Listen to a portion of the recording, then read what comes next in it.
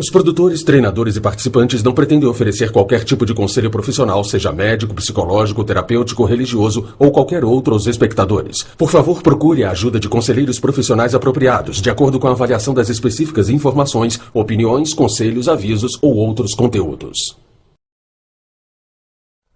Parte da renda de A Resposta será doada a instituições de caridade e sociedades sem fins lucrativos que contribuem para fazer um mundo diferente. Mensagem prévia. As pessoas que se reúnem com um propósito têm um enorme poder. Assista uma mensagem especial logo após o filme sobre como aplicar os princípios na sua vida, na sua comunidade e no seu mundo.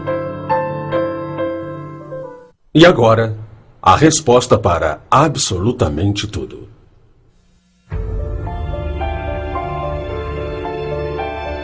O que você quer na sua vida? Quem sou eu e por que estou aqui? Quem é você? Por que está aqui? Quem é você? Como eu posso produzir felicidade na vida quando eu não estou feliz? Por que algumas pessoas sofrem quando aparentemente outras não? Como recuperar a experiência do amor com o meu parceiro ou com meus colegas de trabalho quando na verdade não é o que eu estou sentindo? Qual é o objetivo disso tudo? Vivemos nossa vida a esmo ou planejada, por acidente ou por escolha. A resposta para absolutamente tudo explora as questões fundamentais do que é preciso para viver uma vida plena e satisfatória.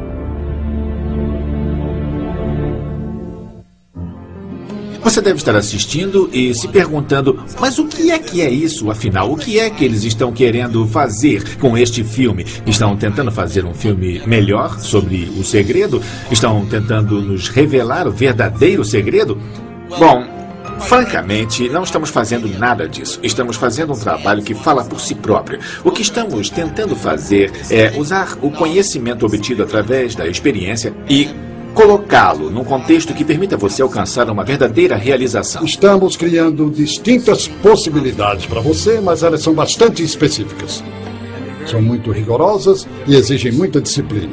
E para que elas sejam poderosas, elas devem ser assim. Uma das maneiras de começar a jornada é prestando atenção à conversa que você tem com você mesmo e assim observando suas próprias reações e os seus julgamentos automáticos e as crenças despertadas. Enquanto assiste, você está olhando através dos seus filtros, da sua perspectiva de vida. Então, tudo que está ouvindo, tudo que eu digo, tudo que qualquer outro diga, na verdade, é você ouvindo através dos seus filtros. Ou seja, não dá para ouvir de outro jeito, senão do jeito que você acha certo. Como seres humanos, nós queremos estar certos em relação àquilo que acreditamos.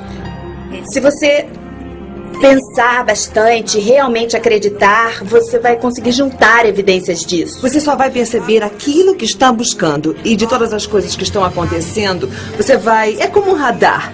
Vamos captar as coisas que comprovam o que nós já filtramos. Se você quiser estar certo sobre o que acha que está certo, é isso que você vai ouvir.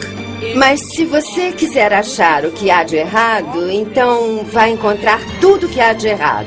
Se eu perguntasse a você e dissesse, você quer estar sempre certo? E você dissesse para mim, não, eu não quero. Então eu dissesse, claro que sim. E você diria, não, você nem me conhece. Então, ficaria claro para você que o que você quer nesse momento é estar certo quando diz que não quer estar com a razão. Quando acontece isso, você não ouviu uma só palavra que foi dita aqui.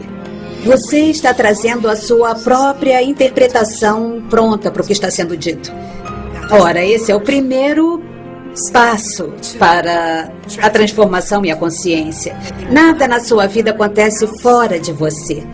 E é você quem dá sentido a tudo. E o sentido que você está dando agora só fará sentido se você souber que é você quem dá a direção. Sem isso, não há conversação. Você é uma fala da vida. Na verdade, um conjunto de falas, eu diria. E os resultados que você virá a criar dependem dessa sua fala sobre a vida. Dizem que nos primeiros 6 anos de vida, você é um disco virgem a ser programado. E as pessoas que o estão programando são os pais ou os responsáveis. E os que estão próximos a eles. E você grava no disco aquilo que recebe deles. Então, você segue a vida adicionando a esse disco todas as experiências pelas quais passa. sejam elas positivas ou negativas. Se quiser conhecer a natureza humana, olhe para os bebês. Eles são pura paixão e entusiasmo. Incrivelmente honestos, confiantes, amáveis e todas as coisas que você era quando nasceu. Mas o que aconteceu? Você ainda é assim? Nós somos curiosos quando pequenos. Você era curioso, eu também. Tínhamos apoio, alguém para nos levar para passear, para nos alimentar, para nos banhar, para nos vestir. Num certo momento, começamos a nos afastar de nossos pais, fomos para a escola. Começamos a lidar com outros seres humanos do nosso tamanho. Começamos a competir e nos relacionar com os outros. Se não aprendemos a nos relacionar em casa, vamos ter problemas quando tivermos que lidar com os outros. Quando somos pequenos, somos condicionados. As coisas acontecem e nós somos condicionados a enxergar a vida através de uma única lente. A vida é isso. A vida tem que ser assim. É como se usássemos óculos com lentes azuis. A realidade passaria a ser essa. É assim que a vida é. Algumas pessoas aprenderam ouvindo os pais dizerem: a vida é dura e você tem que aguentar. Então você pensa, ok, a vida é dura. Agir partindo dessa ideia vai gerar um certo padrão de resultados específicos, diferente de quando aprendemos que a vida é fácil.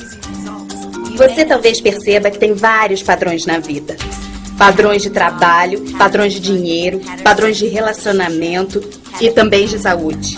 Por exemplo, você trabalha em lugares diferentes, mas o chefe é sempre o mesmo.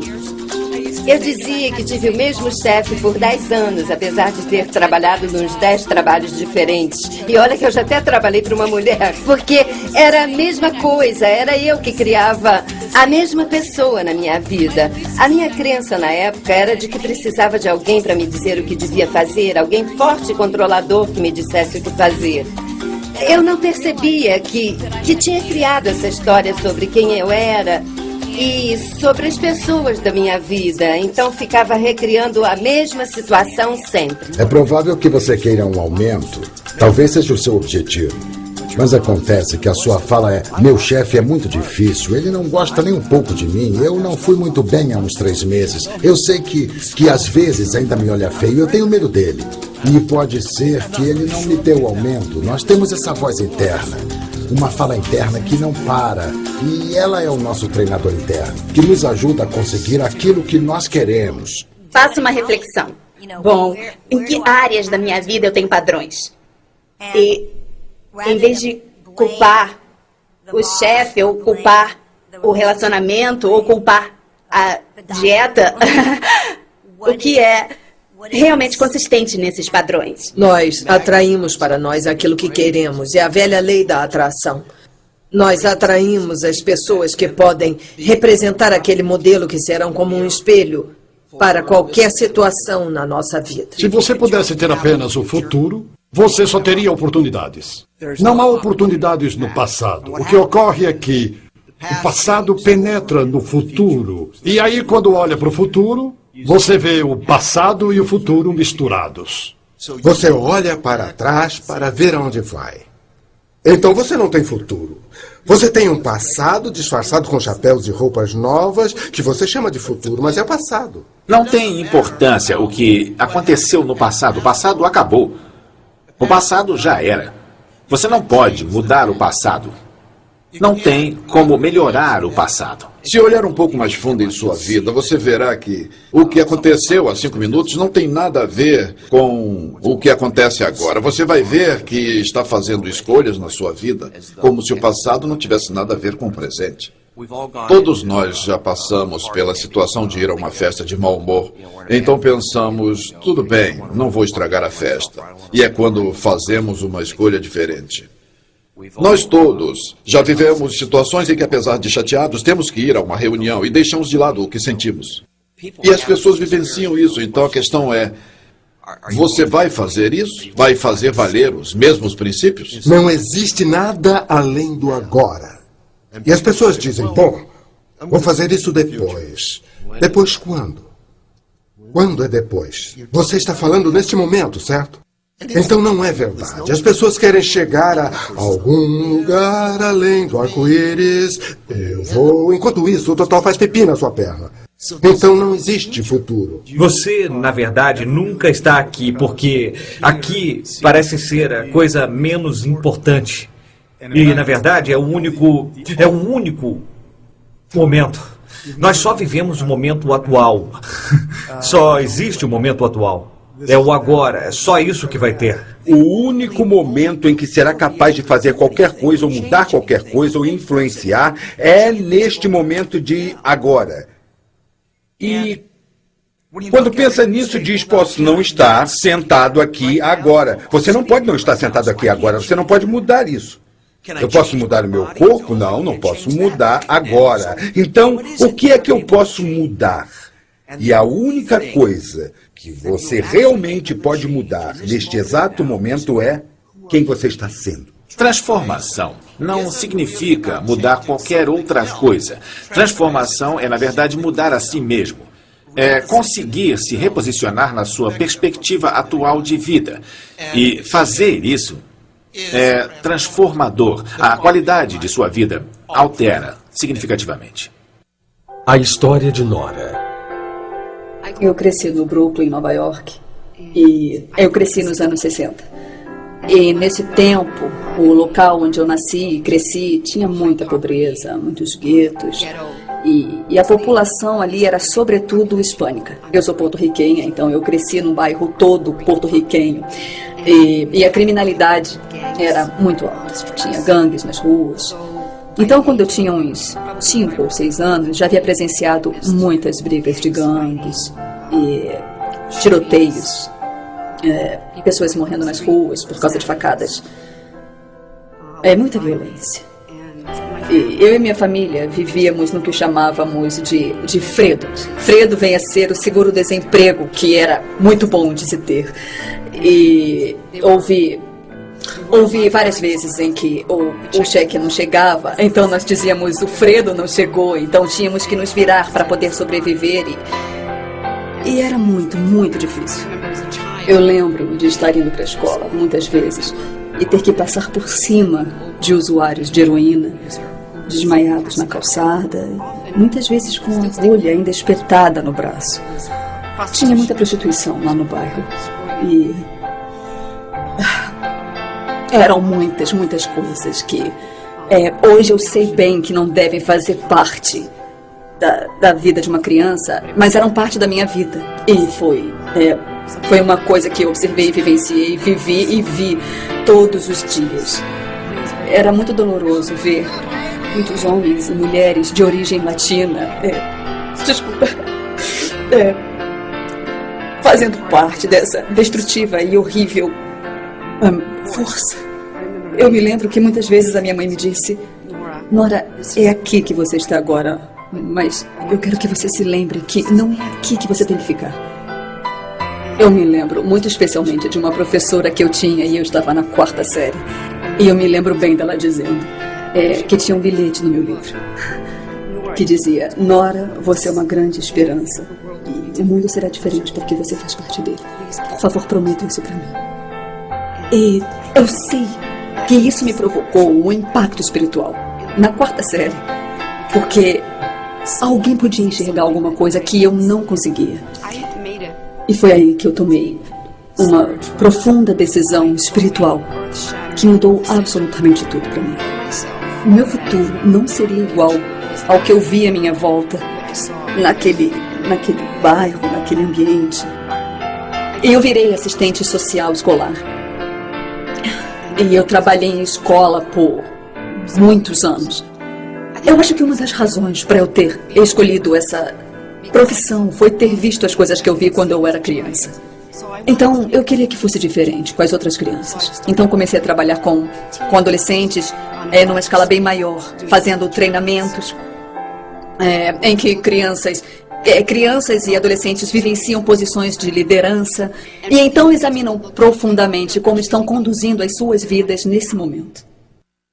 Os seres humanos costumam agir buscando o equilíbrio e nós gostamos de manter as coisas nos lugares, queremos sentir segurança, conforto, etc. E, inevitavelmente, algumas vezes, parte da nossa vida não funciona. Então, começamos a nos questionar e a nos sentir inseguros e confusos. Eu ficava feliz só de receber o meu salário quando eu era jovem. Eu costumava dormir até as 11 da manhã, acordava, ia jogar basquete por 3 ou 4 horas, voltava para casa e cochilava. Tomava uma chuveirada, depois eu ia ao cinema, ficava acordado até as 2 da manhã, vendo televisão, essa rotina de sempre. Levava uma vida folgada. Quando saí da faculdade, eu abri 6 empresas diferentes de imóveis, de construção. Sou acionista de 5 emissoras de TV, produtora de vídeo, distribuidora de filmes e... eu estava fazendo o que tinham me ensinado, estava fazendo o que a minha família tinha feito, meu avô, meu pai.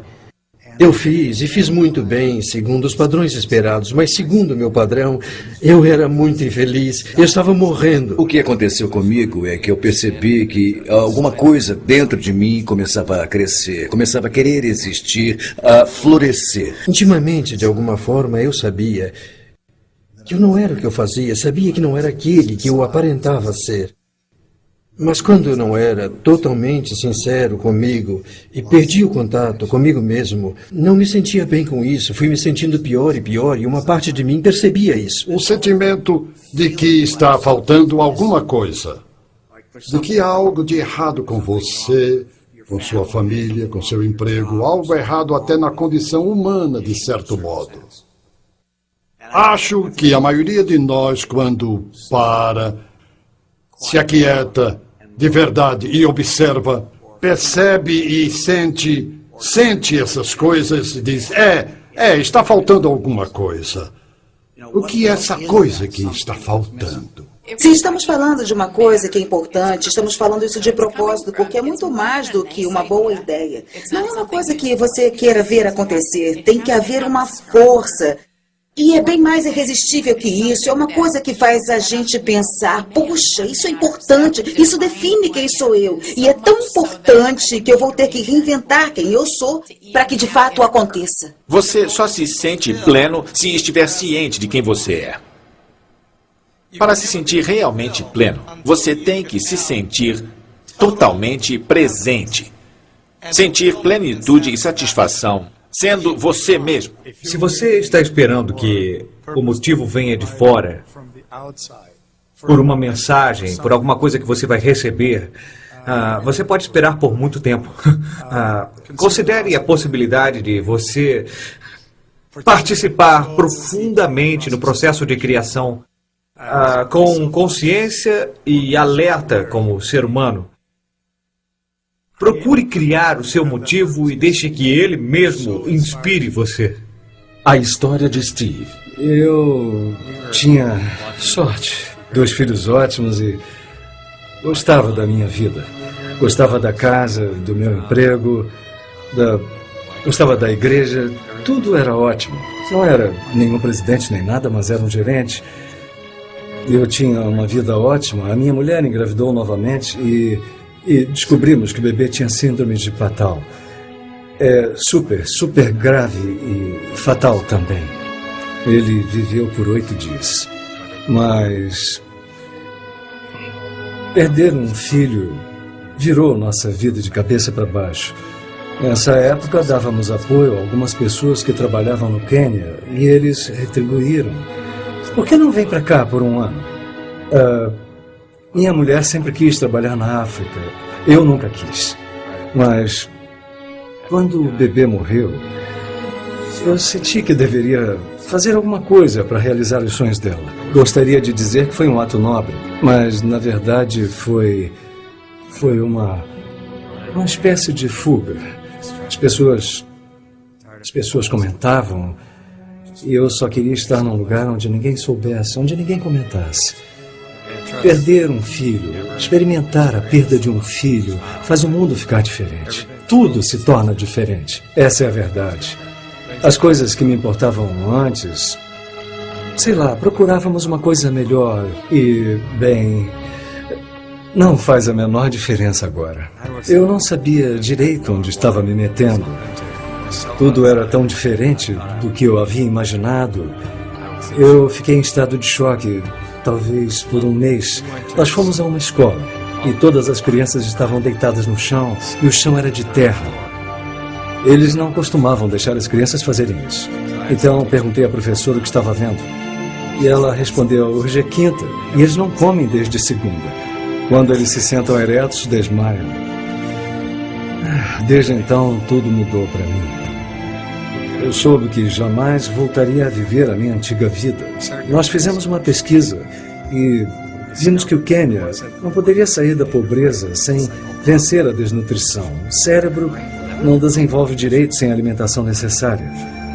Eu fui a 5 escolas diferentes e chamei um amigo meu, que era pastor, para ir comigo. Eu não queria ser visto como o branco salvador. Queria que trabalhássemos em grupo.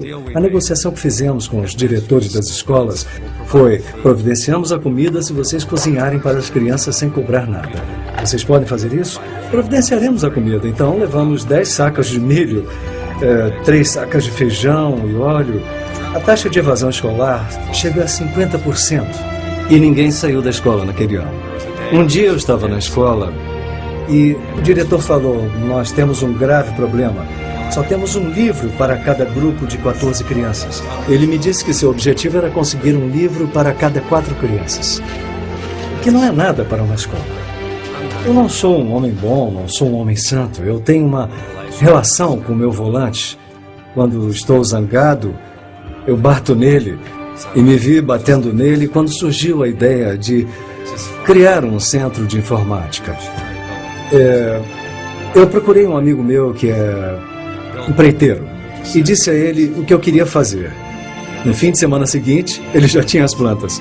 Nós conseguimos um container usado, limpamos bem por dentro, colocamos chão de madeira, prateleiras e abrimos janelas. O container tem 5 centímetros de espessura. Não dá para ser arrombado facilmente. Colocamos energia solar, o que foi uma solução bem barata, porque nenhuma escola tinha eletricidade ou água. Grande parte da zona rural do Quênia não dispõe disso. E eu nunca vou me esquecer de uma criança que me disse: quando você chegou, disseram que era para fazer um centro de informática, mas eu não acreditei. Então eu o levei até o centro. Eu segurei os dedos dele e teclamos o nome dele. Ele começou a chorar e disse: agora eu acredito. A solução para os problemas do Quênia devem vir das crianças quenianas. Os cidadãos quenianos, os estrangeiros podem ajudar, mas a verdade é que a solução para os problemas deve vir da própria população. No final do nosso programa, eles devem ser capazes de realizar o teste do Microsoft Office. Vão saber programação, vão saber mexer no Access, Word e Excel, enfim. Serão empregáveis. Eu acho que, após conhecer a África, nós nunca mais somos os mesmos. Quando nosso filho morreu e nós fomos para o Quênia, perguntei à minha mulher se ela pensava em adotar uma criança. Ela só conseguiu chorar. Era doloroso para ela. Nós tínhamos um amigo que trabalhava num orfanato. Há cerca de 1 milhão de órfãos da AIDS no Quênia. Ela pegou uma bebezinha e a funcionária do orfanato perguntou se ela gostaria de conhecer o bebê gêmeo. Não, eu só quero uma criança. Mas ela voltou e perguntou se minha esposa queria segurar aquele lindo bebê gêmeo. Ela perguntou se o gêmeo era um garoto. Quando a moça confirmou, minha mulher apenas chorou. Ela não tocou no assunto por 1 semana. Mas depois me disse que achava que aquelas crianças deveriam ser nossas. Quando ela ficava grávida, eu sempre dizia: não seria legal se fossem gêmeos, e ela me batia. Então, eu nem acreditei. Bom, voltamos ao orfanato e nos envolvemos facilmente. Às vezes você procura sinais, e às vezes os sinais aparecem para você. Nós ficamos com eles em casa por 2 anos, fazendo petições todos os meses, pedindo uma audiência para adotá-los definitivamente. Mas eles viviam mudando as leis no Quênia. Às vezes nem havia audiências. Então, todo mês recebíamos um aviso para tentar no mês seguinte. Finalmente, eles marcaram uma data. Era 4 de março. Era o dia do aniversário do nosso filho que morreu. Era um sinal. Eu não quero louvar o que fiz. Na verdade, eu fiz muito pouco diante de tudo que há para ser feito. Mas se eu não pude fazer isso, eu garanto que você é melhor do que eu. Eu garanto que é mais inteligente. Garanto que tem mais carisma do que eu. E garanto que é mais habilidoso do que eu também. É só questão de realmente querer e fazer alguma coisa. Eu posso falar isso com certeza. As pessoas que eu conheço com mais vida. Eu estou me lembrando das pessoas que eu conheço que já têm idade, 80, 90. Essas pessoas são generosas. E eu acho que elas sentem que o bolo é bem maior do que o que pensamos. As fatias não acabam. Quanto mais a gente dá, mais a gente recebe de volta. Existe toda uma escala nesse sentido, que vai do menor ao maior. Ser alguém que sorri. Isso faz com que os outros tenham um dia melhor. Isso é uma contribuição. Alimentar os sem-teto. Isso é uma contribuição. Mudar o mundo de alguma forma é uma contribuição. Todo mundo tem uma oportunidade de fazer uma contribuição todos os dias. Talvez você e eu não sejamos a Oprah. Talvez não sejamos o Dr. Phil. Talvez não sejamos Bono. Pode ser que não sejamos uma dessas pessoas chamativas, glamourosas, famosas. Mas talvez sejamos apenas gente, você e eu. Mas podemos ser a esperança para o mundo. Podemos juntos fazer novas escolhas. Em vez de acordar e olhar para fora e pensar, hoje é um bom dia para ser legal. Em vez de acordar e pensar se seria legal você ser extraordinário, você não precisa abrir os olhos para tomar essa decisão. Você pode ficar na cama e dizer, certo, eu sou totalmente responsável pelo que acontece em minha vida. O bom, o mal e o feio também. Mas eu sou responsável. E posso ser criativo. Então você abre os olhos e você vê isso. Responsabilidade pessoal tem a ver com o fato de nós interpretarmos os fatos que estão acontecendo. E nós temos o privilégio de sermos pessoalmente responsáveis pelos fatos, de tal forma que eles vêm de dentro de nós, em vez de serem impostos a nós pelas circunstâncias. Não estou dizendo que seja verdade, mas digo que é uma maneira de viver a vida que só é possível quando assumimos a responsabilidade. Eu não estou dizendo que você é a causa direta. No sentido da responsabilidade, eu estou falando sobre jogar o jogo da vida, como se você estivesse criando ele. Não conheço a verdade. E a ciência tem chegado cada vez mais perto de provar que somos nós que fazemos nossa vida e pode mesmo acabar provando. Mas não saber se isso é verdade ou não me impede de acreditar na ideia de que minha vida não está pronta e eu sou o criador dela e criador de tudo. Eu não estou tirando nada de Deus, não estou tirando nada do universo. Eu apenas estou me afirmando na vida como o jogador da minha vida, como autor dela. Quando você assume a responsabilidade e entende que assumiu, você sente que não... É uma verdade com letra maiúscula, não é uma verdade universal. Mas você escolhe. Isso redefine seu passado, modifica toda a sua visão do futuro e, claro, o seu presente fica diferente. O grande desafio na responsabilidade é que a maioria das pessoas a encara ou a confunde, seja com culpa, se sentindo culpado por alguma coisa que fez, culpando a si mesmo por algo que fez, ou com obrigação, um fardo. E responsabilidade, se você consegue se aprofundar no conceito, vê que ela é muito libertadora, estimulante e muito fortalecedora. Porque, de repente, você passa a ser o capitão do navio. Você se transforma numa pessoa diferente quando produz o que acontece na sua vida. Quando você fica numa posição passiva, em que você não pode interferir nas condições que cercam sua vida, você é um coitado, um infeliz, um problema, um estorvo. Quando você é a origem, é você quem comanda, é você quem controla, você é o chefe.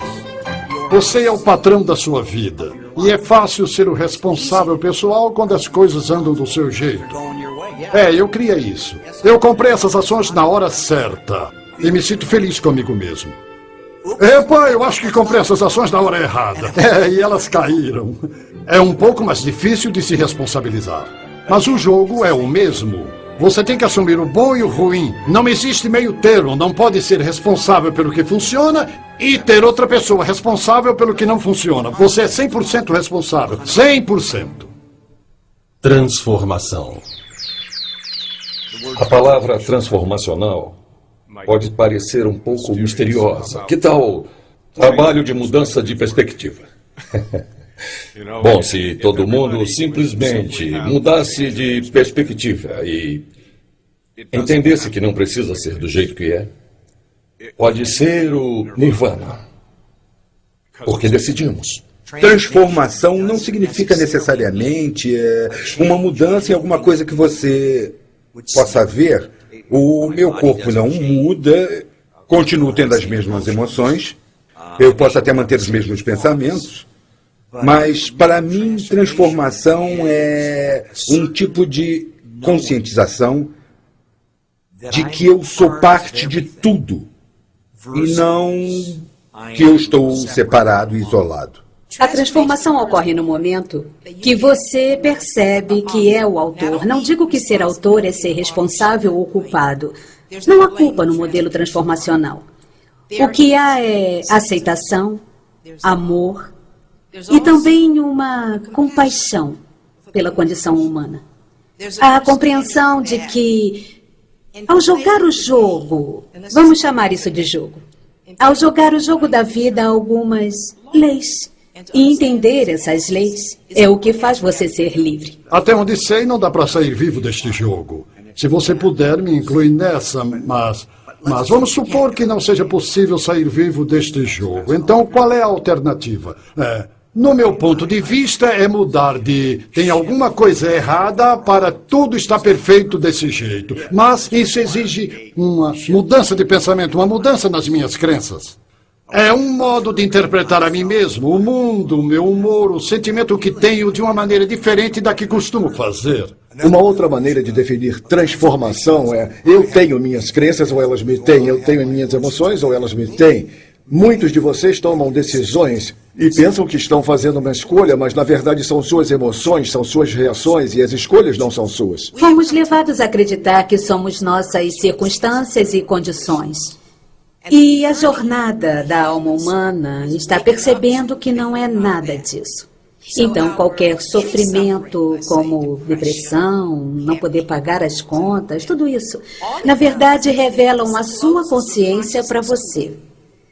Elas revelam aquilo com que você se identifica. Então, o processo, a primeira parte do processo é se conscientizar.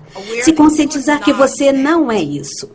Mas você é a pessoa que está dizendo que você é isso. Olha, para mim, sinceramente, existe alguma coisa na vida que busca, que quer acontecer e está sempre buscando acontecer através de nós. Eu acho que trata-se de se abrir para essa chance, para esse impulso da vida, sentir profundamente o que está tentando acontecer e então poder alinhar nossa visão, nossa estratégia, nossas ações e objetivos com o que quer que aconteça na sua vida. Essa experiência é quase como observar a natureza. Quando eu era pequena, eu adorava as lagartas, ver a metamorfose delas. Para mim, é uma metáfora da transformação da sua vida em minha vida. Porque se a gente pensar lá dentro daquela lagartinha, dentro de cada uma, existe uma borboleta. Mas será que a lagartinha sabe? Não sei. Eu acredito que ela não saiba disso. Mas como eu vou ter certeza? O que eu sei é que com o tempo necessário, talvez ela sinta a necessidade de se retirar da sua condição de lagarta e adentrar num estágio em que ela vai começar a tecer o seu casulo. E naquele casulo, uma coisa poderosa vai acontecer. A história de Tony. Eu cresci no Oregon. Meus pais se divorciaram quando eu era muito pequeno. Eu estava com 4 anos e minha mãe se casou e se divorciou 5 vezes e muita coisa aconteceu enquanto eu crescia.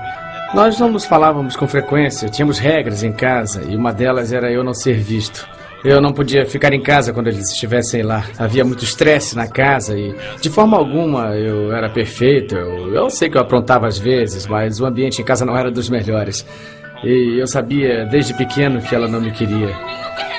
Então, quando eu fui expulso de casa, aos 16 anos, eu não fiquei muito surpreso. Eu sabia que isso podia acontecer. Eu arrumei o máximo de dinheiro que eu pude, coloquei minhas coisas na mala do meu carro e depois eu me mandei. Passei a maior parte do segundo ano do ensino médio nas ruas, dormindo no banco de trás do carro. Esse foi o pior momento da minha vida.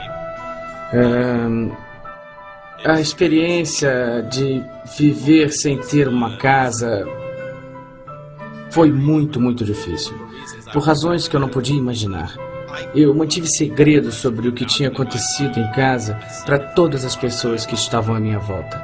Quando eu não tinha o que fazer e esse era o pior momento, eu ficava dirigindo até tarde da noite, até decidir estacionar o meu carro em algum lugar e tentar dormir no banco de trás.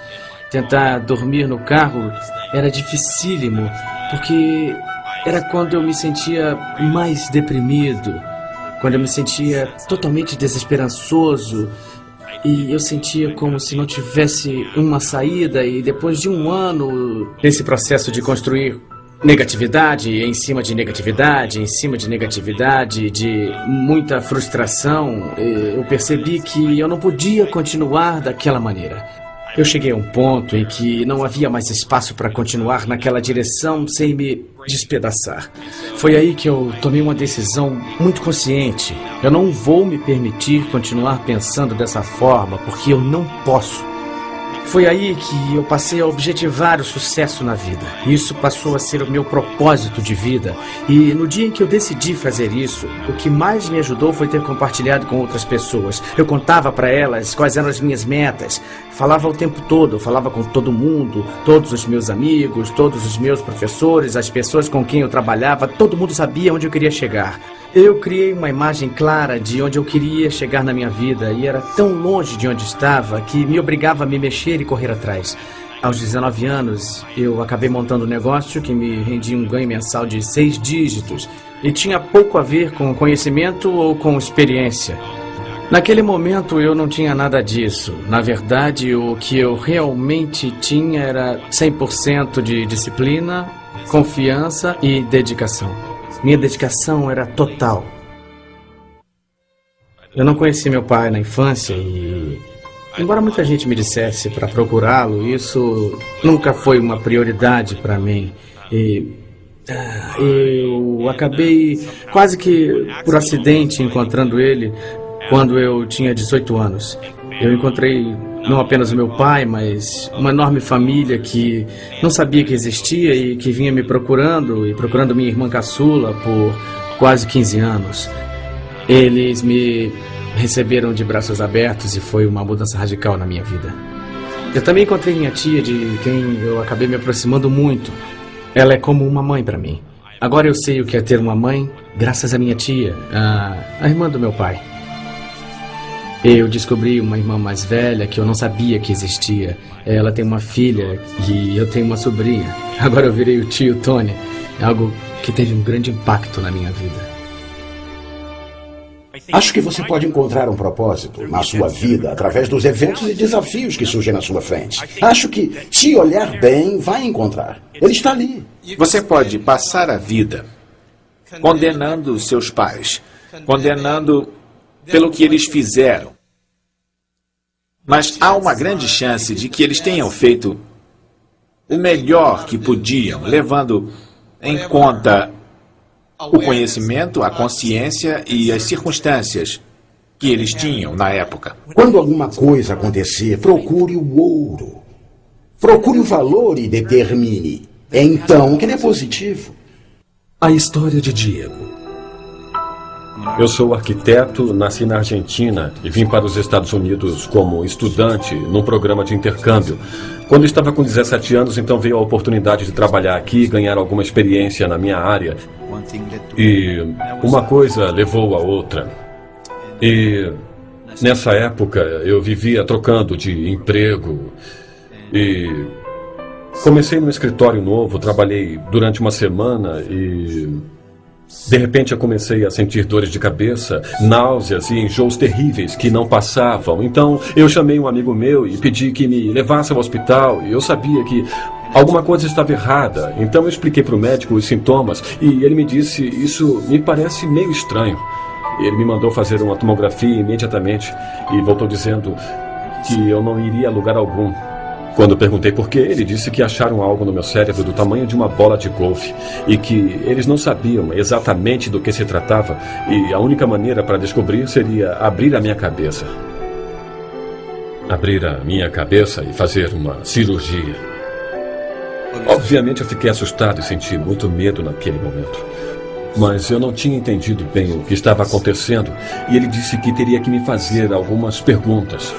Eu respondi que tudo bem, qualquer coisa que ele quisesse. Nós precisamos de instruções, ele disse. O que vai acontecer se você acabar ficando num estado vegetativo? Ou se não for mais capaz de andar? Foi aí que eu caí em mim. Isso não é brincadeira, é muito sério. É como se alguém lhe dissesse agora: a sua vida vai acabar amanhã de manhã. Foi como eu me senti. E naquela noite eu fiquei pensando: eu me recuso a morrer. Eu vou viver, eu não quero nem saber o que dizem. E eu lembro que eu levantei durante a noite e tinha um quadro negro no quarto. E eu lembro que eu escrevi ali Hasta la vitória sempre, o que significa até a vitória sempre. Para lembrar a mim mesmo, quando voltasse e lesse aquilo, que era o que tinha que manter na cabeça. Era lutar até o fim, haja o que houver. Eles fizeram exames, análises e descobriram que se tratava de um tumor cerebral. E o médico me disse: bom, esse é o câncer mais agressivo que se pode ter. Apenas 5% das pessoas conseguem sobreviver.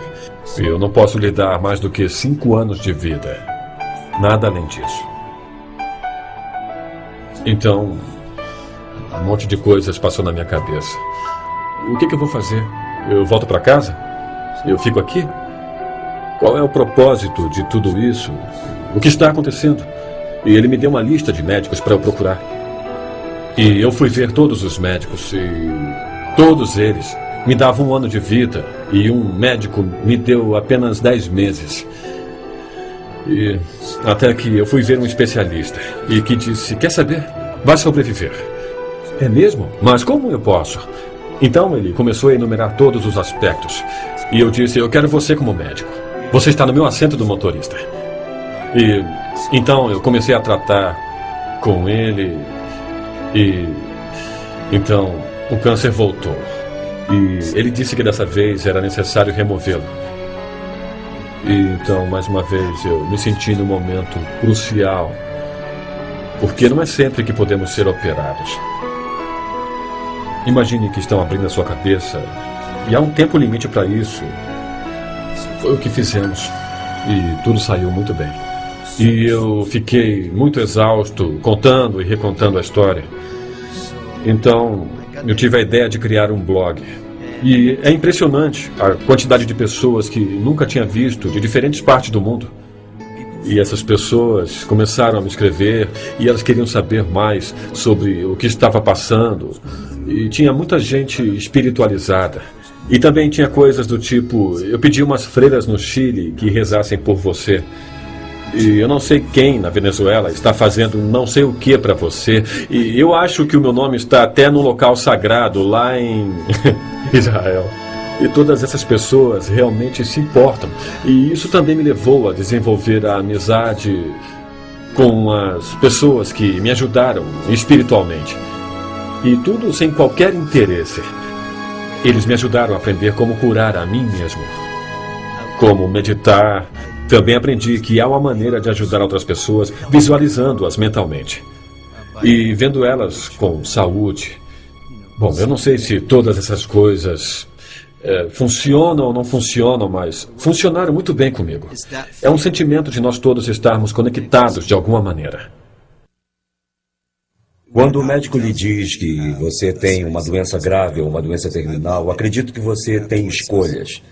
E as escolhas são: você pode ser a vítima e permitir que a doença vença você, Ou você pode agir assumindo a responsabilidade e decidir viver. Os médicos têm um lugar certo neste mundo, não há dúvida sobre isso, mas querem saber, a ciência não tem como competir com a natureza. Tá bom, a gente vai ao médico e diz, pode consertar isso e depois me devolver? Estamos acostumados a nos desligar da responsabilidade de saber o que é a saúde realmente. Mas vocês podem acreditar neste magnífico corpo, nos milagres que ele faz a cada minuto, nos pensamentos que você tem, nas coisas que bebe, nas coisas que come e compartilha, e sempre retorna para o princípio. São incríveis os verdadeiros milagres que este corpo realiza a cada minuto. Eu estava num caminho sem volta para um infarto do coração. Eu estava insatisfeito com a vida e finalmente meu corpo teve um colapso. Foi uma coisa bastante assustadora, sabe? Perdi meu emprego e depois disso eu passei mais ou menos um ano naquele ritmo bem lento de recuperação. Comecei a me alimentar direito, a me exercitar regularmente, a ter relações mais diretas e profundas com as pessoas. E minha vida começou a melhorar, mas o que realmente me ajudou a recuperar a saúde foi me conscientizar e acreditar que eu iria ser saudável. Não acreditei nem por um minuto que iria ficar doente pelo resto da minha vida. Olhando para trás, eu vejo que muitas pessoas ficam fatigadas e nunca se recuperam. Acho que é bem comum se render, porque alguém que está sofrendo assim fica preso ao próprio corpo. Cai em depressão, não consegue funcionar direito e acaba preso a uma espiral de pensamentos negativos. Eu sei que você pode ter ouvido essa ideia de que você cria tudo o que acontece em sua vida. No meu ponto de vista, é levar a ideia longe demais. Eu acho que aí existe um risco concreto de que esse tipo de coisa careça de compreensão, principalmente se é algo que acontece inconscientemente na sua vida. Se estiver vivendo uma situação de doença, eu não sugiro que jogue fora seus remédios e não sugiro que jogue fora todas as outras ferramentas que tem à sua disposição.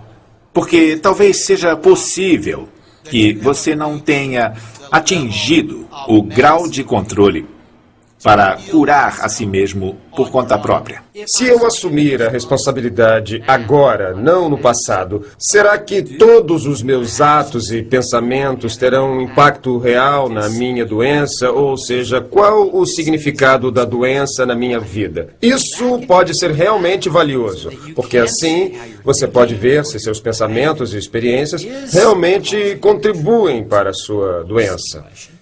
E também pode mudar seu pensamento e seu comportamento a fim de viver mais saudavelmente. Isso é bastante válido. Mas não se você estiver achando que você é o culpado e que ficou doente por causa dos seus erros. A história de Roger. Dizem que se você quiser ficar louco, pense em si mesmo o tempo todo. E era o que eu fazia. Podemos falar de mim? E depois de falar de mim, vamos falar um pouquinho mais de mim? Essa era a minha vida. E eu pensava que os outros estavam interessados. Eu sofria de egocentrismo terminal. Essa era a minha doença. Eu ficava pensando numa maneira de me conectar a vocês, fazer parte e ser interessante. Eu era sempre interessante, entrava numa sala, falava algo impactante. As pessoas me notavam, mas eu sempre ficava sozinho. Isolado no meu mundo de simpatia. E o que acabou acontecendo foi que eu comecei a beber socialmente, a fazer de tudo socialmente. Era divertido, animado, a maior curtição. E só fazia nos finais de semana, porque eu trabalho duro e mereço comemorar. Os fins de semana se transformaram nas terças e as terças nas quartas, e antes que eu me desse conta, eu já fazia todo dia. E depois eu percebi que o que eu fazia era anestesiar meus sentimentos. Eu usava drogas e álcool diariamente. 1 grama de cocaína todos os dias e às vezes mais. Bebia gin, trocava para vodka, achando que não iria sentir mais as dores de cabeça. Então eu parei de trabalhar. Gastei todo o meu dinheiro, pedi emprestado, me isolei, me desliguei de todo mundo. Eu vivia como um vampiro. Eu ficava acordado a noite toda, dormia o dia inteiro. Ficava fazendo as mesmas coisas sempre. Depois de tempos em tempos eu dizia, este é o meu último dia. Amanhã eu vou voltar à ação, voltar à realidade e levar a minha vida adiante. E aí no dia seguinte, eu me via repetindo o mesmo comportamento e fazendo exatamente a mesmíssima coisa. Como eu não conseguia enxergar o meu comportamento, basicamente o que eu estava dizendo para mim mesmo era: Dane-se. Dane-se. Eu não tô nem aí, eu não sou mais responsável. E então continuava fazendo as mesmas coisas. Eu não posso dizer quando ou como, porque não era eu. Mas um dia eu percebi meu comportamento. Antes eu não conseguia percebê-lo. Descobrimos que com qualquer tipo de vício, seja álcool, drogas, distúrbios alimentares ou sexuais, jogatina, que o comportamento, os vícios, o que você faz com as substâncias é apenas o sintoma. Porque o verdadeiro problema está encoberto. É o que chamamos de pensamento destrutivo. Pensamento destrutivo. Meu pensamento confuso, minhas crenças, tudo em mim. A voz na minha cabeça mentia para mim o dia todo e eu acreditava nessas mentiras. Na verdade, eu tinha medo. Medo de ser, medo de sentir. Medo de estar na vida. Medo de tomar uma atitude. Medo de ser autêntico, de ser verdadeiro com os outros. Eu tinha medo de dizer que eu tinha medo. Eu acabei parando numa prisão interna chamada desespero. Desesperança. Desmoralização incompreensível. Se é assim que eu vou viver o resto da minha vida, então eu desisto. E com isso eu fui ao fundo do poço. Houve apenas uma pausa. Um pequeno pensamento escapou desse ciclo e eu disse para mim: isso não está funcionando. Pode ter um outro jeito. E o resultado desse trabalho é que eu me tornei um ser humano entre outros seres humanos. E eu descobri que a maneira de conseguir amigos, de estar conectado com as outras pessoas, é estar interessado. Então eu comecei a fazer perguntas sobre os outros. E o que eu descobri foi a paz, liberdade e, o mais importante ainda, atitude. E o que eu descobri não tem nada a ver com mudança de pensamento, mas sim com atitude. E as ações mudaram o meu pensamento. Ações direcionadas. Essa é a chave. É isso que eu ensino. Ações direcionadas. Somos todos viciados. Não há ninguém que não seja. E a questão é até que ponto você é viciado. Há os vícios físicos, o álcool, as drogas e esse tipo de coisa. Há o vício em sexo, em prazer. Você sabe, todo esse tipo de vício em jogo, em riscos e nesse tipo de emoção, nessas coisas todas. Mas todos nós somos viciados em ser vítimas. Se você, por acaso, usa drogas, ou então você fuma, ou então está envolvido em algum comportamento ruim, destrutivo, há sempre um impulso mais profundo de tentar se conectar. Eu chamo isso de modo tóxico de entrar em contato com um momento breve de você... Eu posso lhe dizer isto. Você não vai conseguir mudar nada fora de você até que mude o que está dentro de você. E isso eu posso garantir. Você pode querer ter apenas pensamentos felizes. Mas enquanto não limpar o seu ser, até aprender a se amar, e você consegue isso pedindo desculpas às pessoas para quem deve pedir desculpas, mesmo achando que não precisa, enquanto não limpar isso tudo, nada será diferente do lado de fora para você.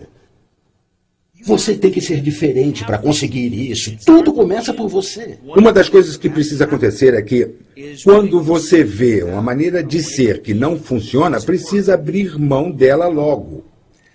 É como... Eu gosto de comparar com uma casa. Digamos que quer construir uma nova casa, mas comprou um lote onde já tem uma casa velha construída. Primeiro de tudo, você vai ter que se livrar da casa velha para conseguir espaço para construir a nova. É a mesma coisa na nossa vida. Passamos a vida toda nos preenchendo com maneiras de ser que funcionam ou não. Agora estamos falando das coisas que não funcionam. É delas que você precisa se livrar para criar um espaço onde poderá gerar uma nova maneira de ser. Existe um velho ditado que diz que se você pegar pérolas maravilhosas e jogar na latrina, elas não poderão sair de lá senão com sujeira. Então, se você pega uma nova possibilidade e coloca na sua velha maneira de pensar, não tem como querer que ela saia diferente. É mais ou menos como rearrumar as espreguiçadeiras do convés do Titanic. Pode até ficar lindo, mas mesmo assim o Titanic vai afundar. É como a água correndo num riacho. Se não houver obstruções, ela passa livremente e com força. Mas se houver obstruções no caminho, então isso vai exigir mais tempo, mais desvios, talvez inúmeros desvios, entrando em afluentes e se dispersando.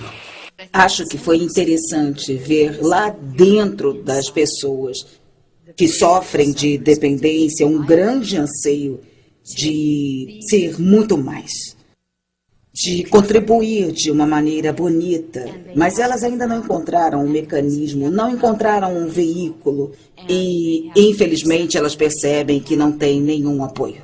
A história de Maria. Eu sou natural do Brasil. Eu nasci numa fazenda e vivi na fazenda até uns 9 anos de idade.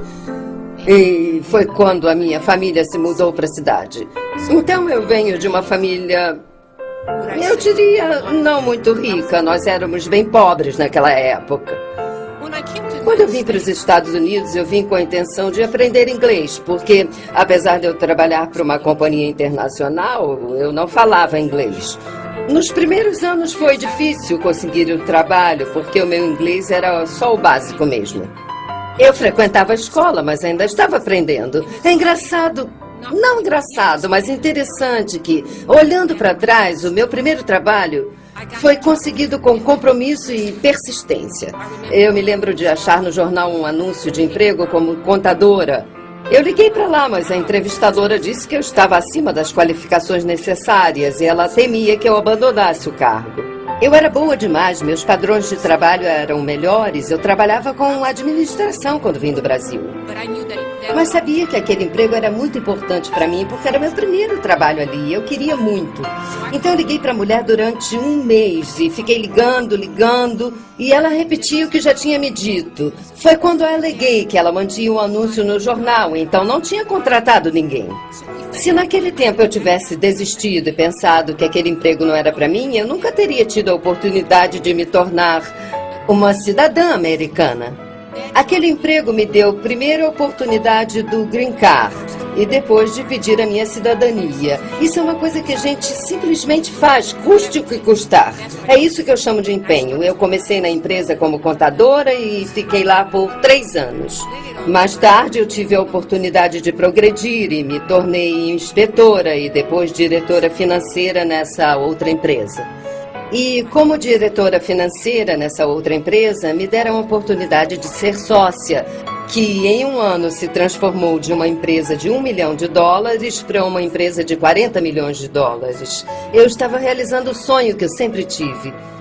Dirigir a minha própria vida e não servir a uma corporação, exercer o meu espírito de empresária e de líder.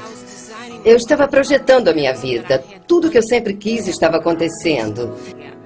Isso prova para mim que, seja lá o que você decidir que quer ter na sua vida, e se compromete, e trabalha duro para conseguir, se fizer todo o necessário para acontecer, acontece. Dinheiro. Dinheiro é energia. Para mim, é um símbolo de energia que flui.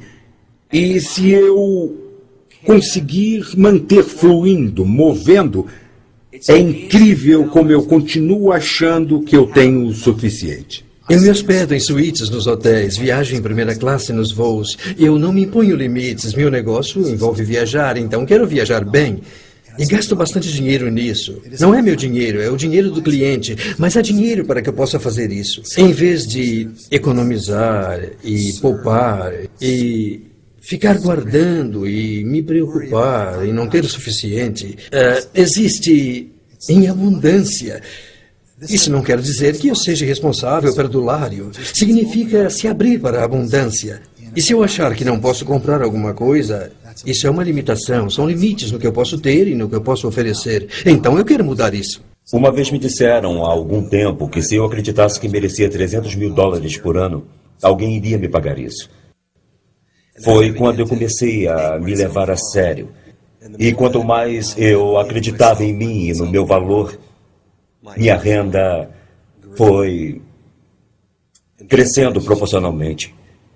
Num período de 4 a 5 anos, eu quadrupliquei a minha renda. Quando eu comecei a dar consultoria, eu não sabia o que estava fazendo. Liguei para uma amiga minha e disse que estava sem trabalho. O que eu posso fazer?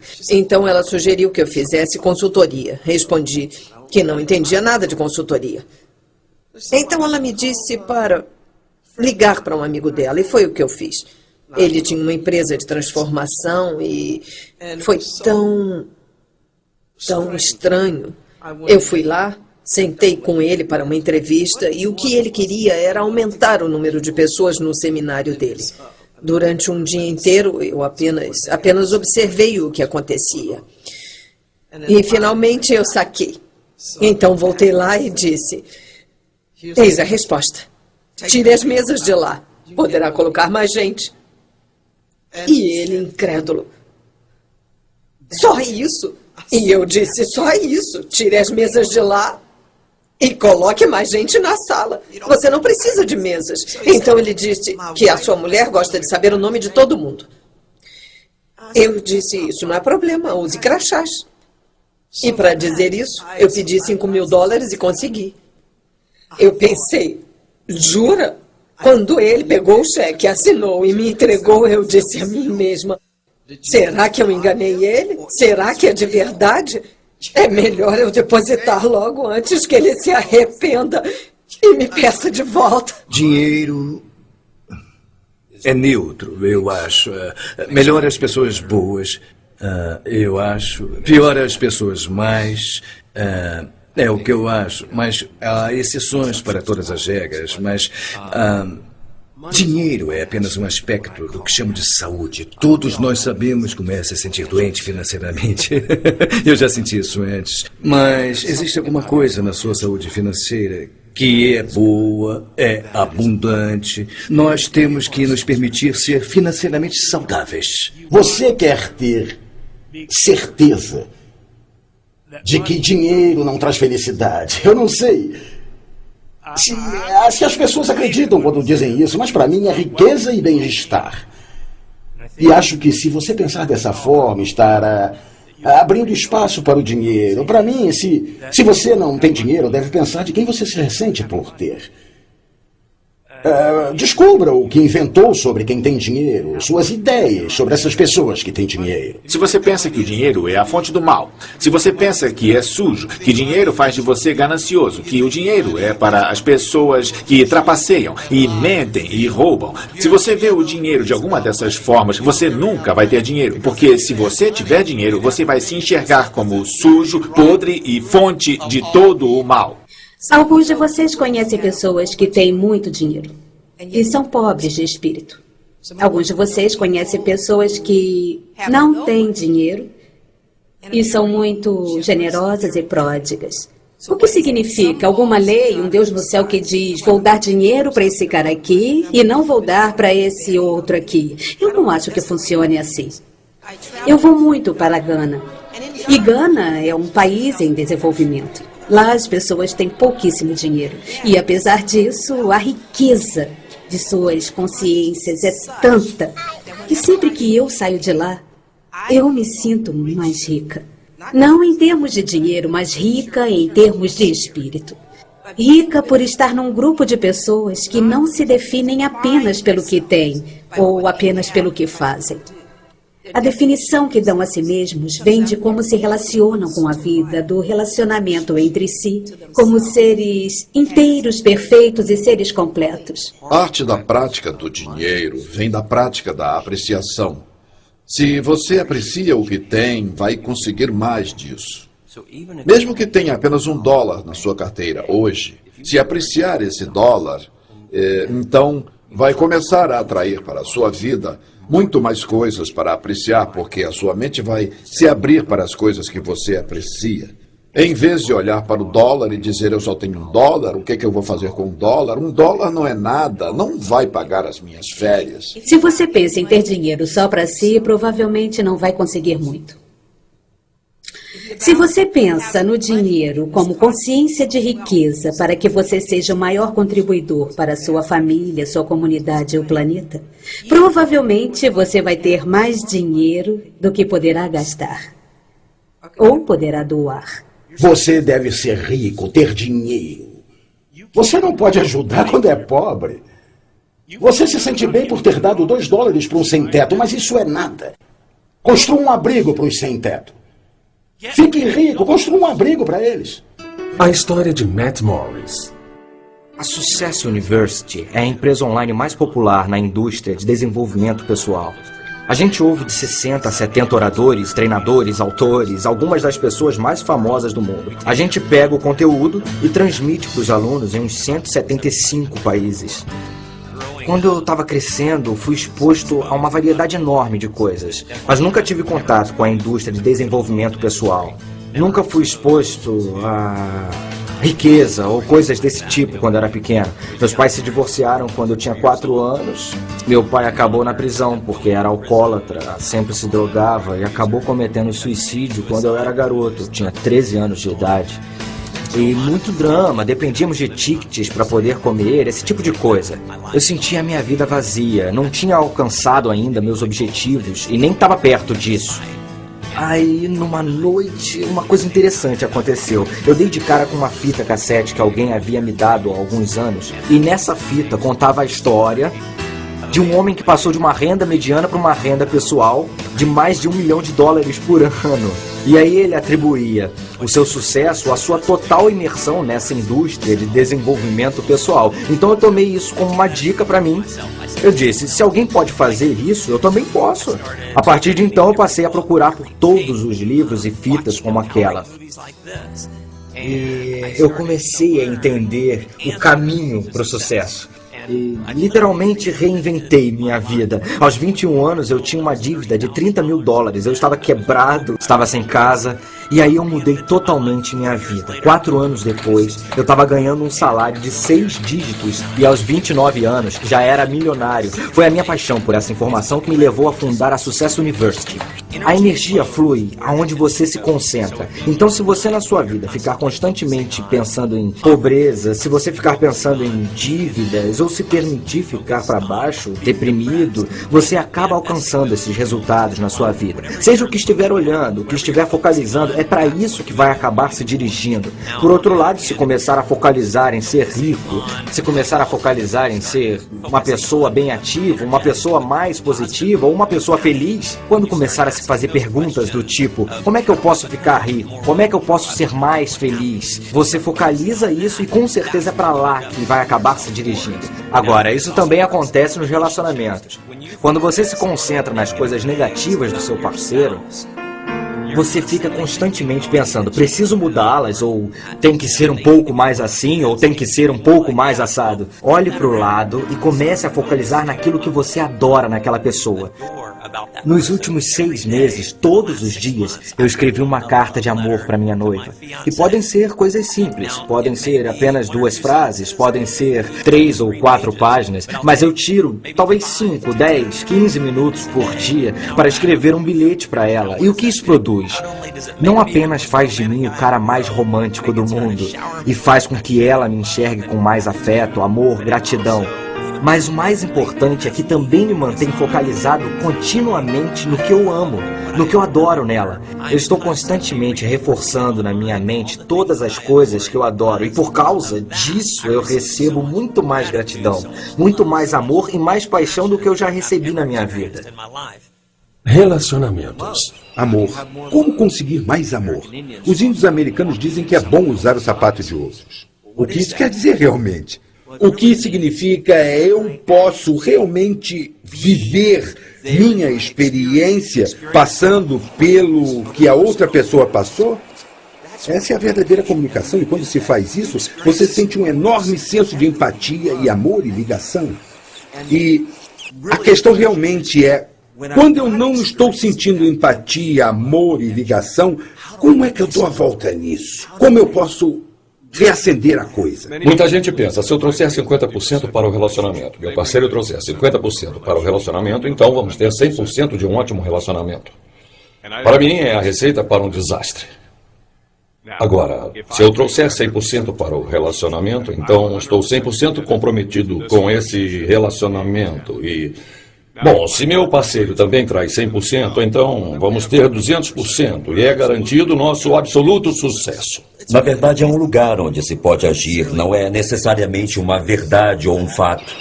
Quando você assume 100% da responsabilidade num relacionamento, você vai conseguir 100% de poder para criar o que quiser. Eu acho que você precisa determinar que tipo de relacionamento quer. E você precisa assumir responsabilidade pelo tipo de relacionamento que tem. E terá um tipo de relacionamento que quer. Quando eu escuto tal pessoa é assim, como eu posso mudá-lo, que está errado. Ora, como você tem sido? Se você está aborrecido, está aborrecendo. É simples assim. Se está entediado com seu relacionamento, então levante-se e faça algo diferente. Acredito que esteja num relacionamento porque você o diz. E você deseja pagar o preço ou assumir as ações necessárias para criar o que quer no relacionamento. Num certo nível, escolhemos se queremos estar num relacionamento. Quando a gente se entrega a um relacionamento, se pergunta coisas que apontam para outras coisas radicalmente diferentes, coisas tipo, como posso contribuir para que ambos sejamos pessoas melhores e tenhamos experiências mais ricas na vida? Indiferente do quanto isso seja difícil e das bobagens que a gente possa fazer, porque todos fazemos bobagens, eu vou me manter firme, não importa como. Num relacionamento, as duas pessoas desejam união e liberdade. Frequentemente acontece de nos sentirmos unidos, mas depois oprimidos. Muito sufocados, nos afastamos para ter mais liberdade, aí nos sentimos desconectados, então voltamos e aí vem juntos, separados, separados no relacionamento. É preciso esforço para manter um relacionamento. É preciso bem menos esforço para se desligar. Bom, existe muito mais alegria quando se está junto do que quando se está desligado. É a velha história. Preço, recompensa. E digo que o preço para o desligamento é muito, mas muito pesado. E a recompensa por estar ligado é valorosa demais para desperdiçar. Eu prefiro a palavra dança para expressar o relacionamento. A cada dia uma dança diferente, por que não? Nós, como seres humanos, não somos os mesmos no dia a dia. A pessoa que você é hoje não é a mesma da semana passada, é? São coisas que você aprende, novas conscientizações, novos arrais. E a pessoa que, enfim, o seu parceiro também não vai ser o mesmo, então você precisa aprender a dançar juntos. Bom, em certo momento posso decidir, isso não é o que eu quero. Mas não baseado em como a outra pessoa tem sido comigo, mas sim nas minhas escolhas. Negócios. Aplicar distinções transformacionais no mundo dos negócios é realmente uma questão de recorrer à cultura. Negócios geralmente querem diferentes resultados. Alguns até querem mudar suas atitudes, mas muito raramente eles tentam escapar de seu contexto ou até mudam a sua cultura. Algumas práticas nos negócios funcionam e há outras que simplesmente não funcionam. Ora, se consegue distinguir entre o funcional e o não funcional, você mantém o não funcional buscando um resultado que não está à disposição. Minha carreira tem sido causar reviravoltas em grandes multinacionais porque elas não funcionam direito. E isso é porque as pessoas e os diferentes departamentos estão indo em diferentes direções. Não é o caso de dizer que não estão trabalhando duro, porque estão fazendo isso. Mas, infelizmente, existe um ambiente de culpa, desconfiança e acusações, porque as pessoas não sabem para onde estão indo. Eu me lembro quando a Wells Fargo se fundiu com o First Interstate Bank. 1.600 gerentes não se conheciam mesmo após 1 ano e meio de fusão. E eles se enviavam memorandos dizendo, cooperem, colaborem.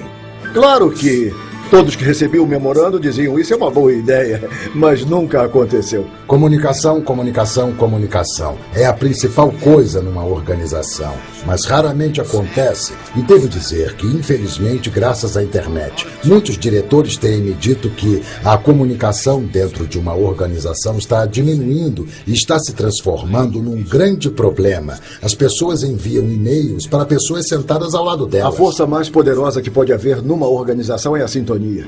Pessoas fazendo coisas diferentes, mas tendo o mesmo propósito, o mesmo objetivo. Não estamos falando de liderança através de ditadura.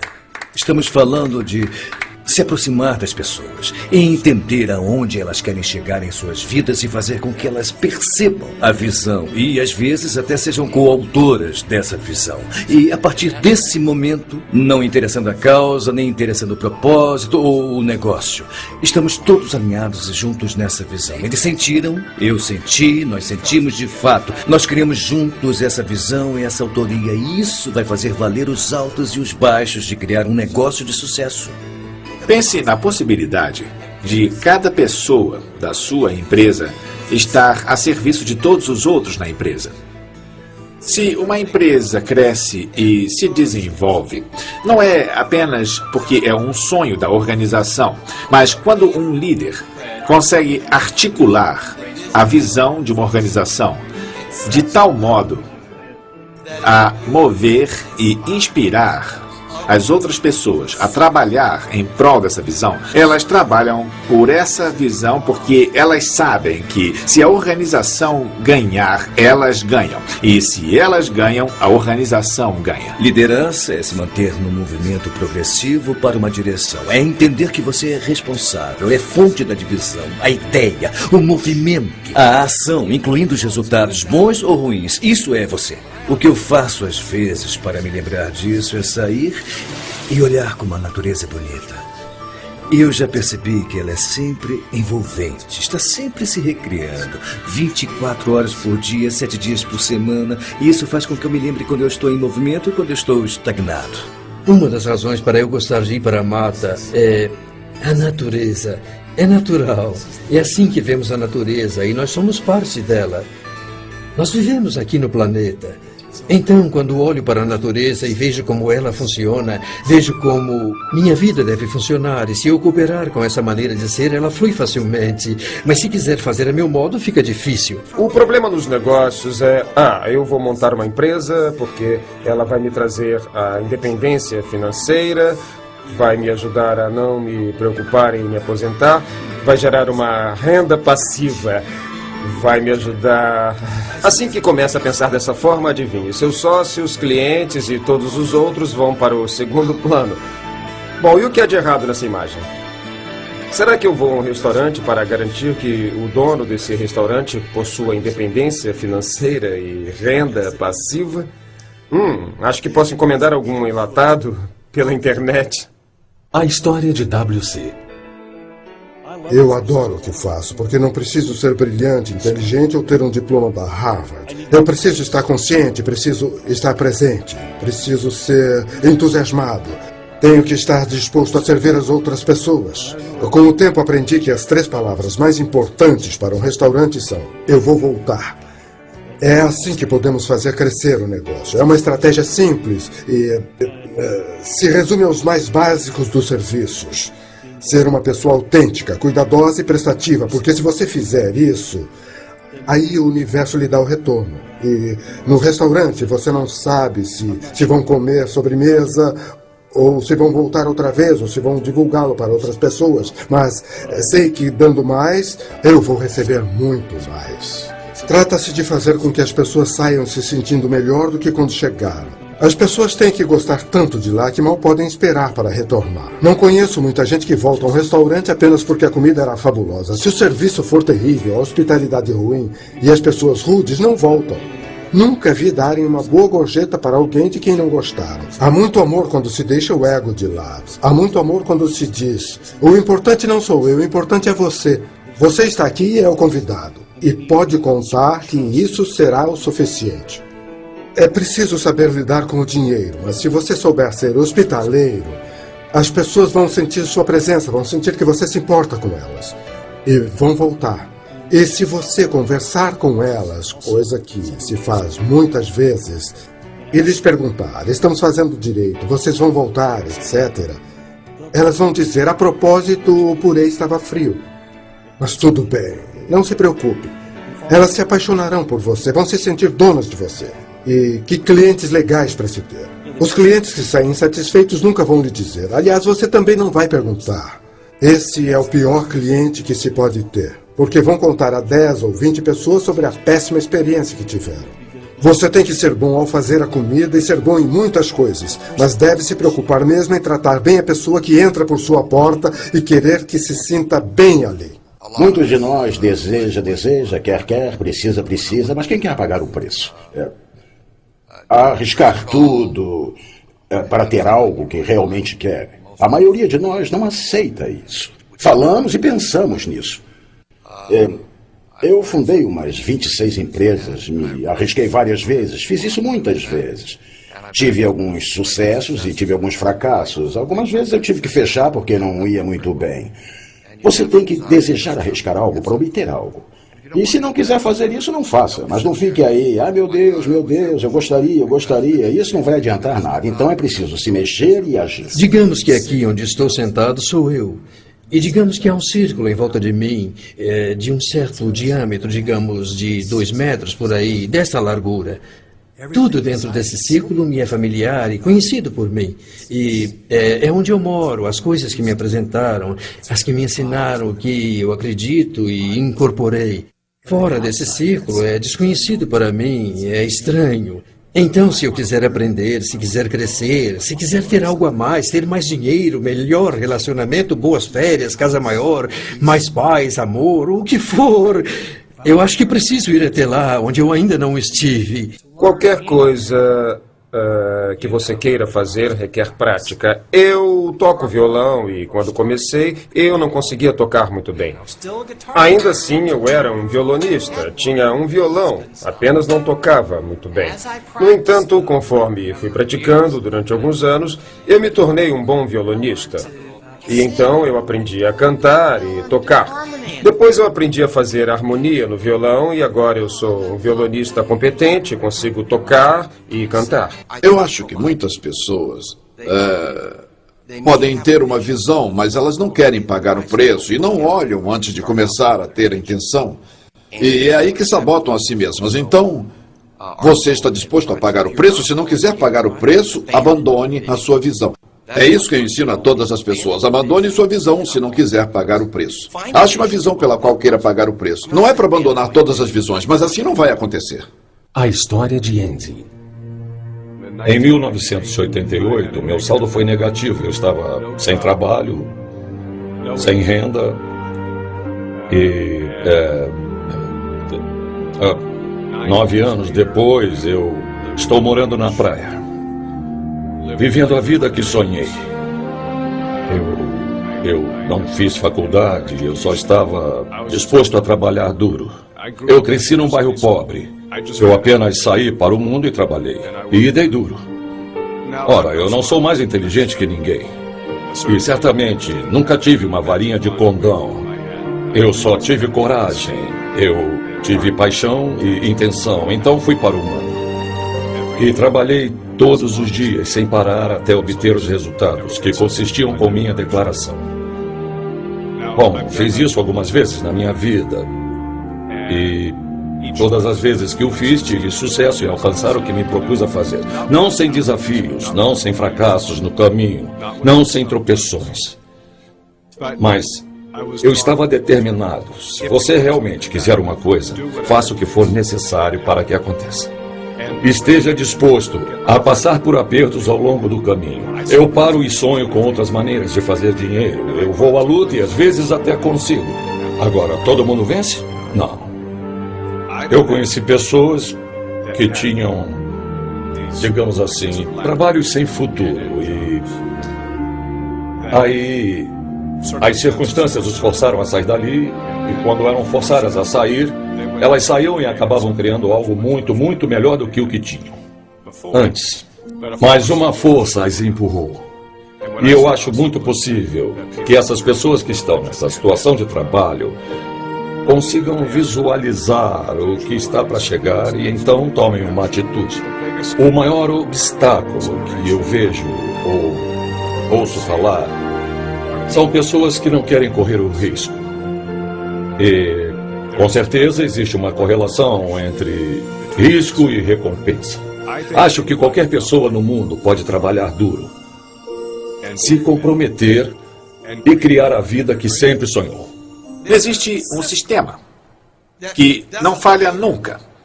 É consistente. E existem princípios para que isso aconteça. Se nós conseguirmos achar esses princípios centrais e aderir a esses princípios, nossa vida também vai funcionar. Tudo funciona. Conversas que não funcionam. Eu acredito que isso aconteça nos relacionamentos. Eu vou tentar, para ver o que acontece. Já me disseram que tentar é fracassar com honra. Tentar é diferente, porque é claro que você está agindo, mas você está mais comprometido com a luta em si. E o que você realmente pensa, aquilo que o seu contexto indica, é que, na verdade, está fracassando nas suas ações. Então, você está querendo que alguma coisa aconteça, mas não está acontecendo porque você está gastando sua força na luta. Você armou uma coisa para que, caso dê errado, você não fique mal e vai se sentir melhor consigo mesmo. E a razão de muitas pessoas não conseguirem o que querem é já terem formado uma opção, caso não consigam. O pano de fundo precisa ser: fracasso não é uma opção. Vou conseguir. Eu estou disposta a fazer o que for, ser o que for. Não vou desistir, jamais desistirei. Não aceito a opção de fracassar. Sei que isso é muito difícil, especialmente se você já tentou muitas e muitas vezes durante a sua vida. Algumas pessoas ficam presas em: como eu vou me comprometer com isso se não sei como resolver? Ou se tenho evidências de que não vou conseguir nunca. É fácil dizer: quero mais é que tudo se dane, ou ser superficial, ou sugerir algum exercíciozinho frívolo. Qualquer coisa, sei lá. Mas você pode se deparar com alguma coisa que derrube sua experiência. Por exemplo, digamos que a sua experiência seja conseguir gasolina para o seu carro. Como é que você encara isso? Encara como um sofrimento ou encara como uma contribuição? Uma das áreas críticas é como você estipula suas intenções. É algo específico já realizado ou é como uma cenoura que está ali e você quer alcançá-la ou você não quer alcançá-la? Você quer chegar, mas você não chega. Então sua intenção deve ser: eu já consegui. É meu. Participação integral. A história de Eric. Eu sou filho único. Não tive pai porque ele morreu antes de eu nascer. Desde muito cedo eu tive que cuidar de mim mesmo, aprender a me defender sozinho. Sempre gostei das pessoas. Eu era muito popular entre as meninas na escola, mas era sempre platônico. E daí eu passei por experiências e tudo mais, e aí você descobre que, você sabe, eu sou gay. E acho que o mais difícil é assumir para si próprio. Eu tive muita sorte porque isso não foi um problema para a família, foi algo que eu tinha que resolver, e convicções religiosas também. Aceitar a mim mesmo exatamente do jeito que sou, e isso foi o mais difícil porque eu me assumi gay na adolescência bem cedo. Atualmente sou gerente de corretagem de uma imobiliária em Nova Jersey. Abriram um escritório novo da Keller Williams em Fort Lauderdale e eles estavam querendo um sócio investidor. Então a oportunidade surgiu assim e eu disse sim. Eu sempre voei e aí eu conheci um cara, o Gary, que é dono de um caça russo L-39. Acho que ele o importou e ele mesmo cuidou da aviônica. Há uns 2 anos, perto do 4 de julho, eu pilotei e foi como eu comemorei o feriado. Foi muito legal. Fiz todas as acrobacias, subidas, voltas invertidas, giros, enfim, fiz todas as manobras. É a maior adrenalina, pura tensão, é como o paraquedismo. Também provoca uma emoção extrema, é excitação, eu me sinto poderoso. Porque se eu fiz isso, eu posso fazer qualquer coisa. Quando eu era mais novo, eu tinha muitos brinquedos. Quando amadureci, eu passei a valorizar as experiências e o tempo que eu passo com as pessoas, porque as coisas não duram. Elas dão um prazer momentâneo, mas desaparecem. Para quem está de fora, minha vida parece fácil. Eu faço ela parecer fácil porque eu tento incorporar, trabalho com prazer. Eu nunca deixei de agradecer pelas coisas e as pessoas que tenho em minha vida. Trata-se de trabalhar junto, formar um time, uma rede e garantir que aconteça. Participar, se movimentar. Participação integral. É a última parte do relacionamento. Participação integral. O que significa? Significa que quando você sai da cama de manhã, já está na ativa. E quando vai para a cama à noite, está exausto. Por quê? Porque você joga com tudo. Joga sem nada a perder. E, na verdade, você não tem mesmo nada a perder. Porque, como falei antes, ninguém sai vivo deste jogo. Então, se não posso sair vivo do jogo, quais são minhas opções? Jogar com tudo. Totalmente responsável. Como origem, criando do nada. Ir fundo 100% ou se restringir. Garantir que não vai cometer erros. Estar certo. Ser condescendente, julgar, isolar-se e não se relacionar. Essa resposta não é difícil para mim. E acho que para você também não. Eu acho que quando nos importamos e nos engajamos com tudo na vida, participamos fundo da vida. E aceitamos nos arriscar, fazer coisas que possam parecer incômodas, como falar com estranhos. Faz muita diferença para eles e ainda mais para a gente. São pequenas coisas, como se dispor a falar com um completo estranho numa mercearia. É uma coisa tão pequena, mas você nunca sabe a diferença que vai fazer para outra pessoa. E esse sentimento de satisfação por ter feito isso é incrível. A história de Michael. Eu possuo um abrigo para os sem-teto em Las Vegas, que começou com um amigo meu. Ele é um cara rico, que sabia muito bem da importância de retribuir. Ele falou para mim que já tinha tanta coisa e gostaria de interagir com os sem-teto. E também ele queria fazer a parte dele. Fazia muito calor em Las Vegas, então fomos levar água até uma área onde os desabrigados da cidade se concentram. Então o que nós fizemos foi levar um caminhão cheio de água, meias e essas coisas que ajudam as pessoas. E enquanto oferecíamos a água e interagíamos com eles, aí uma família jovem se aproximou. E eles não deviam ter mais de 20 anos de idade. E eles tinham 3 filhinhos pequenos. Estava fazendo 46 graus e estavam completamente vestidos, inclusive com casacos. E os casacos estavam sujos. As crianças estavam sujas. Aquela interação foi difícil. Mas eu acho que existe o que extrair daí. E eu acredito que as pessoas devem purificar das emoções. Então, porque eu estou preocupado, porque eu estou emocionado com aquela interação, isso é o máximo. Porque o que há nisso para mim? O que há em tudo isso que me emociona? E o que é que isso vai me levar a fazer? Eu usei a emoção dessa experiência para me incentivar a construir essa fundação. Porque talvez eu acredite que se eu der algum dinheiro para as pessoas, então eu vou estar perpetuando a miséria. Mas as necessidades humanas básicas precisam ser satisfeitas. Então, esse é um nível. E eu vou ajudar essa pessoa nesse nível. Mas também vou ajudar essa pessoa a sair desse nível, se ela estiver pronta.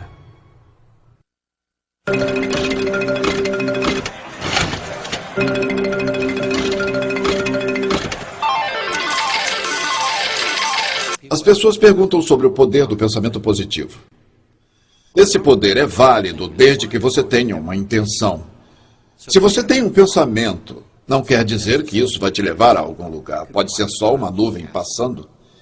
Mas se você puser uma intenção, se dirigir esse pensamento, É aí que começa a ativação. E quando age sobre esse pensamento, é quando você o ativa. Ficar aí sentado pensando numa conta de banco, quando você não tem um trabalho que renda o suficiente para que você pague as suas contas, provavelmente não vai gerar abundância financeira. Alguns dizem que basta focalizar em algo e uma mágica acontece. Mas é preciso focalizar de modo a que possa agir como deve ser. E aplicar toda a sua energia nisso. Você tem que agir. Olha, a sequência é ação, resultados.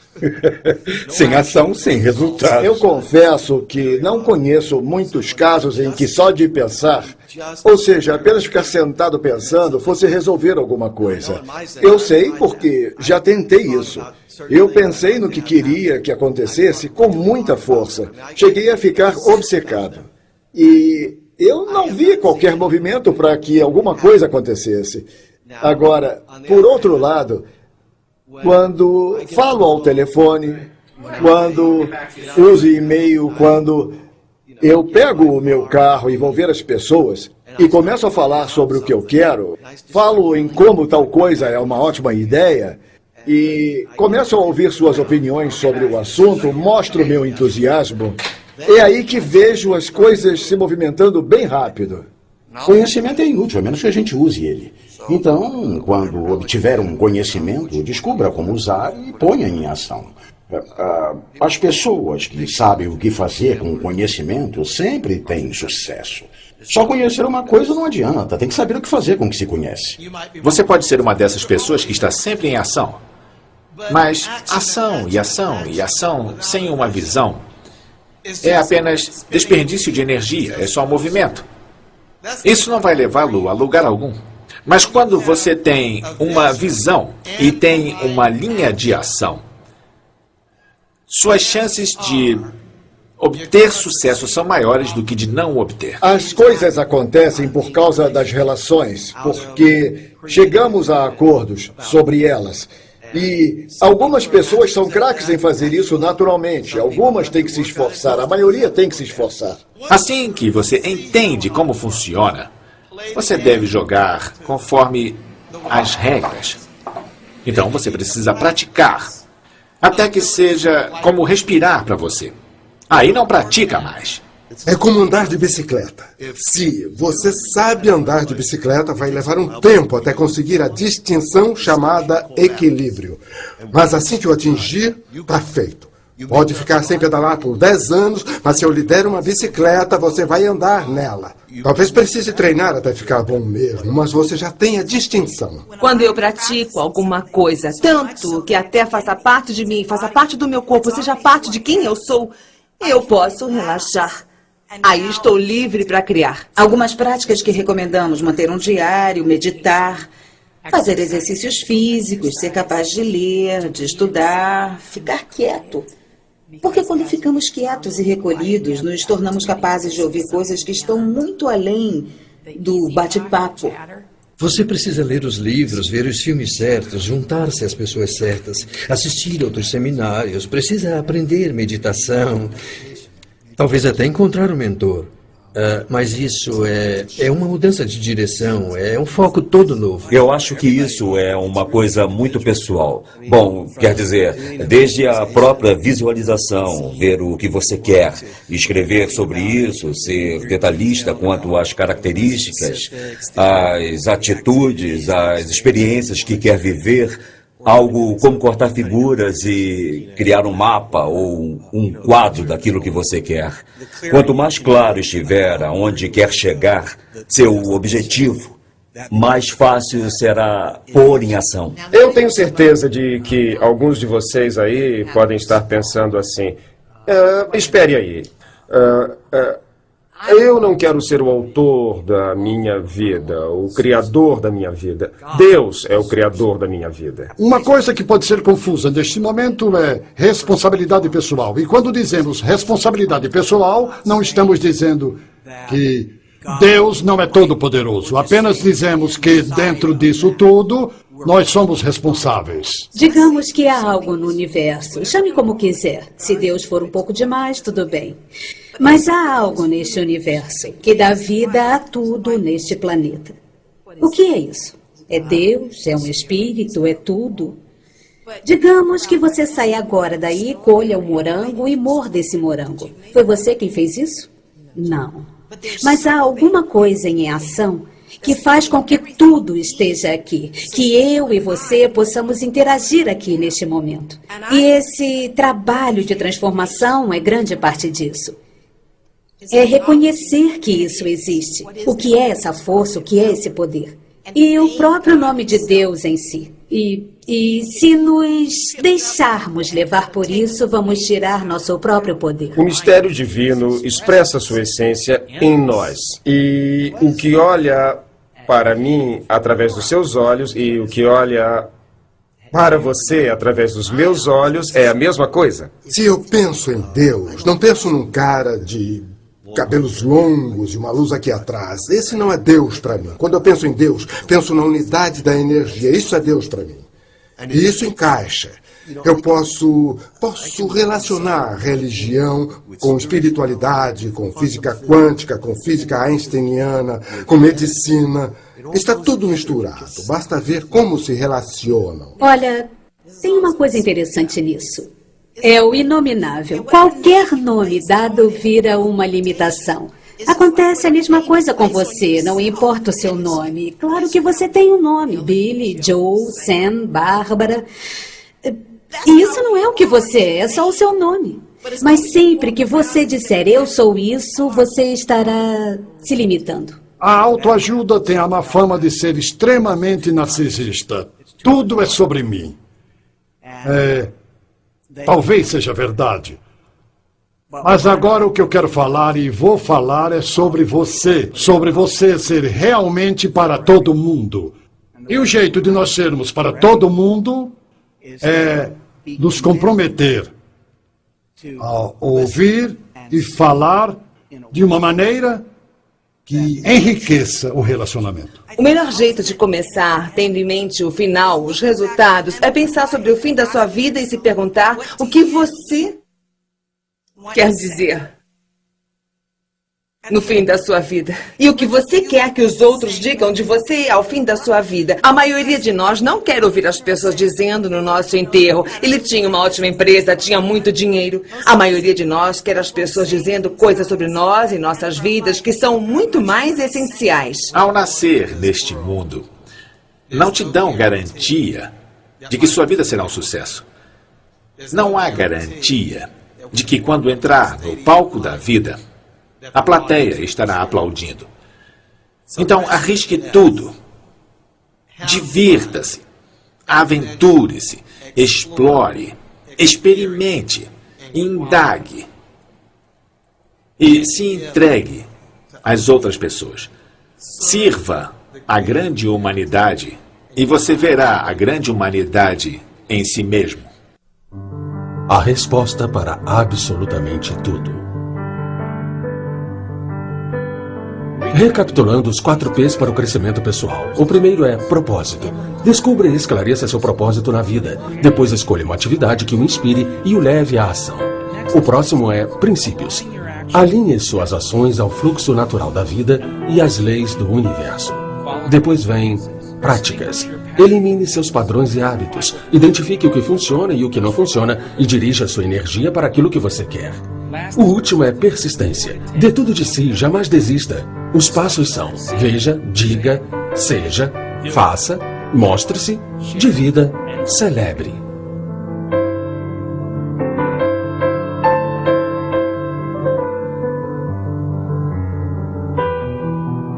A resposta para mim é confiança e entrega. A resposta para mim é ame o mundo, ame as pessoas à sua volta indiscriminadamente. A resposta é que não tem resposta. Cada pessoa tem a sua própria. A resposta definitiva é amor. Talvez a resposta seja... Você está disposto a estar na pergunta? Está nas questões que você persegue e a resposta é você. Você tem que ser a resposta para si mesmo. Eu acho que a resposta deve ser transforme-se e cresça. Cresça consistentemente. Crescimento existe em abundância. Amar. Amar é a resposta. Qual é a resposta? Não há resposta. Mas quero dizer uma coisa. Na verdade, a resposta é conhecer a si mesmo. Conhecer a si mesmo como um ser infinito, que é tudo. Só isso. A resposta serve para todos, seja quem você quer ser. E essa é a resposta para absolutamente tudo. O que você quer ser?